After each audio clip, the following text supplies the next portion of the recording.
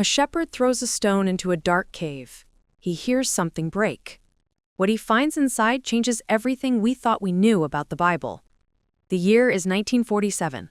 The place is the Judean desert near the Dead Sea.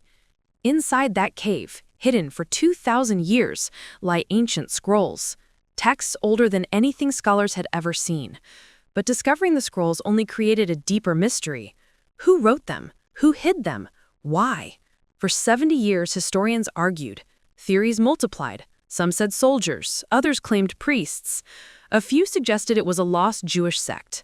Then in 2017, archaeologists made a discovery that changed everything. They found something that had been buried right beneath their feet. 33 human skeletons. And these bones were about to reveal secrets that would shake the foundations of biblical history. The Dead Sea Scrolls are not just old documents. They're the oldest biblical manuscripts ever found. Nearly 1,000 texts, written on parchment and papyrus. Some contain books from the Hebrew Bible, others describe mysterious rituals, strange prophecies, rules for a community that vanished without a trace. These weren't just copies of Scripture. They were windows into a world we barely understood, a Jewish community living in the desert 2,000 years ago. The scrolls were found in 11 caves scattered across the cliffs near Qumran. Bedouin shepherds discovered them first, then archaeologists spent decades searching. Cave after cave revealed more fragments, more mysteries. But the biggest question remained unanswered. Who created this incredible library? The scrolls themselves gave no names, no signatures, just silence. Imagine writing hundreds of documents and never signing your name. That's exactly what happened with the Dead Sea Scrolls. Scholars propose theory after theory. Some believe the scrolls belong to a mysterious group called the Essenes. Ancient historians had mentioned them, a Jewish sect that rejected mainstream society. They lived in the wilderness, practiced celibacy, followed strict purity laws. But there was a problem. No physical evidence connected the Essenes to Qumran, just speculation. Others argued the scrolls came from Jerusalem, maybe priests fleeing the Roman army, or perhaps the site was just a pottery workshop. Nothing sacred at all. The debates grew heated. Academic careers were built on these theories. Reputations hung in the balance. Without proof, without remains, without something tangible, the truth seemed impossible to reach. Then came the breakthrough nobody expected. Archaeologists returned to Qumran in 2017. They weren't looking for more scrolls. They were looking for something else entirely. Something that had been there all along. Graves, 33 of them. Previous excavations had found cemeteries near the site decades earlier, but technology had advanced. New methods could extract information the old tools couldn't touch. Yossi Nagar led the team from the Israel Antiquities Authority. They carefully unearthed the skeletons, examined each bone, measured skull sizes, studied pelvic shapes, analyzed tooth wear. What they discovered sent shockwaves through the archaeological community. These weren't random burials. These weren't ordinary people. The bones told a very specific story, a story that matched one particular theory about the scrolls. But the story was written in calcium and phosphate, in the very structure of ancient bone. The bones revealed their secrets slowly. First came the radiocarbon dating. The results were stunning. 2,200 years old, the exact same age as the Dead Sea Scrolls. But that was just the beginning. The team examined each skeleton carefully, looking for clues about age, about lifestyle, about identity. What they found was extraordinary. Of the 33 bodies, at least 30 were definitely or probably male. Adult males, ranging from 20 to 50 years old when they died. No children, no elderly, hardly any women. This wasn't a normal community cemetery. Normal villages bury everyone, men, women, children, grandparents, but not here. Here was something different, something deliberate. The bones showed no signs of battle injuries. These weren't soldiers.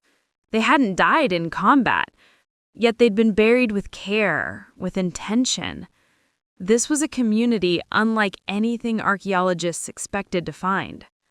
Byzantine monasteries have similar cemeteries. Communities of celibate men living together, devoted to religious life, following strict rules.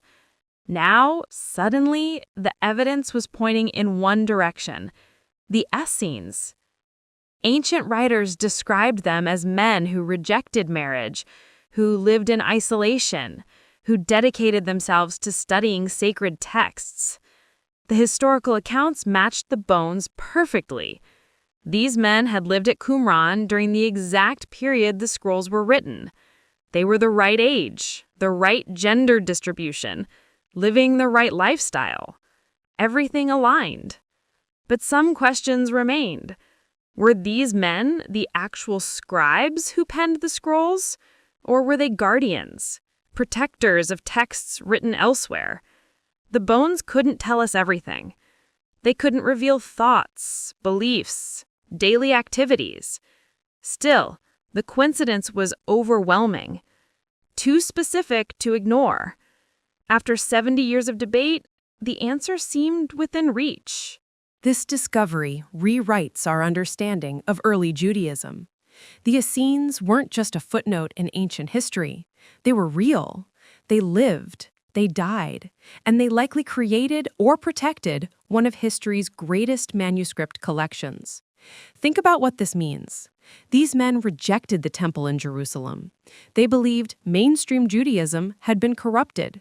So they retreated to the desert, created their own community, developed their own interpretations of Scripture. The Dead Sea Scrolls represent their worldview, their struggles, their hopes for the future. They believed they were living in the end times, that a great battle between light and darkness was coming. They saw themselves as the true Israel, the faithful remnant. And then Rome came. The revolt of 135 AD destroyed Jewish communities across the region. Someone hid the scrolls in caves, protecting them from destruction. Those scrolls waited in darkness for 19 centuries. The shepherd who threw that stone into the cave never imagined what he'd started.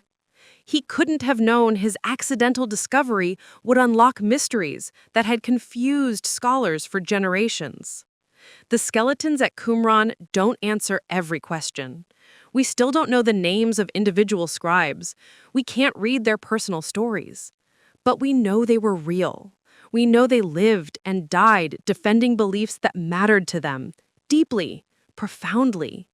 The Dead Sea Scrolls remain among the most significant archaeological finds of the 20th century. They show us how the Hebrew Bible evolved, how Judaism transformed during a critical period, how faith communities responded to crisis and persecution. And now, thanks to 33 ancient skeletons, we finally know who guarded these precious texts. The mystery isn't completely solved. It never is with history. But we're closer than we've ever been.